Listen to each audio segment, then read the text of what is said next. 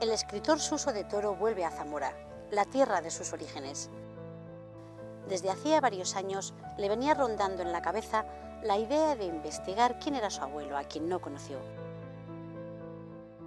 Poco a poco descubre entre archivos, documentos y la gente de la zona que su abuelo se llamaba Faustino, que se crió en un hospicio y que se perdió en un barco camino de Cuba donde pretendía hacer fortuna. Suso de Toro narra en 7 palabras una historia real, pero mezclada con una pizca de ficción.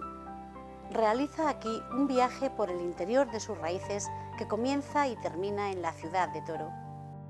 Nació en Galicia y es uno de los representantes de la literatura gallega. Cajón Desastre y Land Rover fueron algunas de sus primeras obras. Con su Polaroid recibió el Premio de la Crítica de Galicia.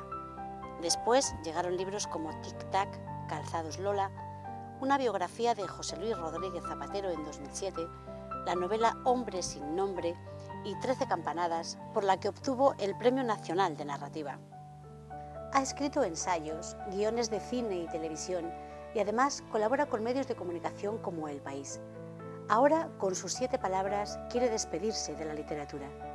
Un libro publicado en 2010 y que ya ha recibido el Premio de la Crítica de Galicia. Este es un libro entre la ficción y la realidad. El protagonista se parece a su autor, un hombre que viaja para descubrir su origen. ¿Qué encuentra ese protagonista? El protagonista, efectivamente, es como todo protagonista de una fábula o de un cuento. Sale un día de su casa, sale al camino, tiene una búsqueda y se va encontrando una serie de obstáculos, de dificultades, de pasos. ¿Y qué encuentra al final del libro o al final de su viaje? Yo creo que encuentra una historia, que acaba por descubrir o construir su historia personal. Dices que es un relato de familia donde muchos pueden reconocerse. ¿Crees que alguien que perdió a un ser querido ahora puede acceder fácilmente a los documentos, a la información? Bueno, mi experiencia fue en ese sentido muy bonita. Para escribir el libro había que hacer unas averiguaciones y ello me llevaba a los archivos. Entré, en mi caso, en el archivo de la Diputación, en Zamora. Tuve con muy buena fortuna, de la mano de personas muy amables y además ya conocedoras de mi situación, porque mi situación es la de mucha otra gente, era la de alguien que buscaba sus orígenes y eso es algo cada vez más frecuente. Me contaban precisamente que, sobre todo a raíz de un programa que había habido en la televisión española en los años 80, un programa que se llamaba ¿Quién sabe dónde?, dirigido por el periodista Paco Lobatón, pues que había desencadenado una especie de algo que estaba oculto, una especie de búsqueda colectiva de las historias familiares. Todo el mundo tenía algo en su familia, alguien que se había perdido, alguien que se había extraviado, del que no se sabía y quería buscarlo. Habías comentado alguna vez que te gustaría conocer esa ciudad, pero nunca habías dado un paso para hacerlo. Era una de esas cosas que consientes que te den vueltas dentro, sordas, dejando retardar la decisión de hacerlas efectivamente. La idea de ir a Toro te venía de un lugar ambiguo y umbrío en tu fuero interno, una zona de sombras que estaba siempre ahí latiendo. Y ahí estabas tú de madrugada, en un cuarto de aquel hostal modesto. Habías estado toda la noche revolviéndote en el lecho y dándole vueltas a tu apellido.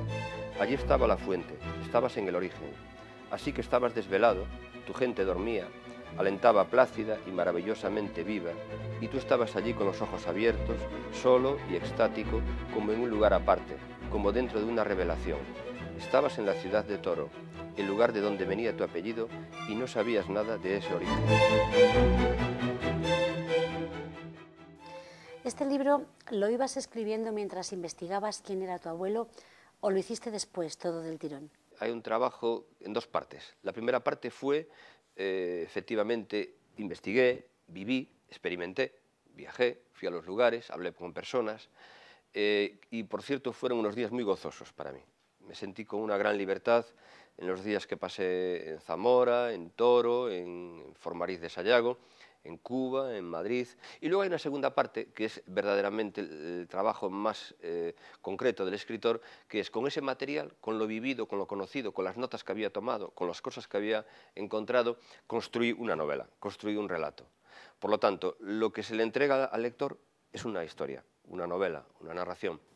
7 palabras, un título que en un principio iba a ser Por arte de magia, sí. Incluso pensaste en Camino a Sayago o Buscando a Faustino. ¿Por qué decidiste al final por esas 7 palabras y cuáles son? Yo tenía ese título de Por arte de magia que me gustaba realmente, y creo que respondía mucho a la naturaleza del libro, pero al final lo que vi simplemente una cosa tan simple como que no le gustaba a nadie. Un título que me gustaba a mí mucho, pero a todo el mundo que le decía, mira, tengo el libro que estoy escribiendo, le voy a llamar Por arte de magia. Y yo se lo decía todo convencido y veía que las otras personas me miraban y decían, ah, bueno, bien, pero no les chistaba nada, no les hacía gracia. Y llegué a un momento en que dije, bueno, voy a tener que tomar en serio lo del título, voy a tener que cambiarlo. Y de algún modo, en el curso del libro, aparecieron un momento unas palabras que me dice una persona, un familiar, y que entendí que resolvían la verdadera búsqueda del libro. Esas palabras tan simples, y él que era tan buena persona. Yo creo que además cuando descubriste esas 7 palabras te quedaste como muy tranquilo, ¿no? Fue sí. Algo que en tu interior... Sí, es que realmente... ¿Lo que estabas buscando? Sí, es que realmente era lo que estaba buscando.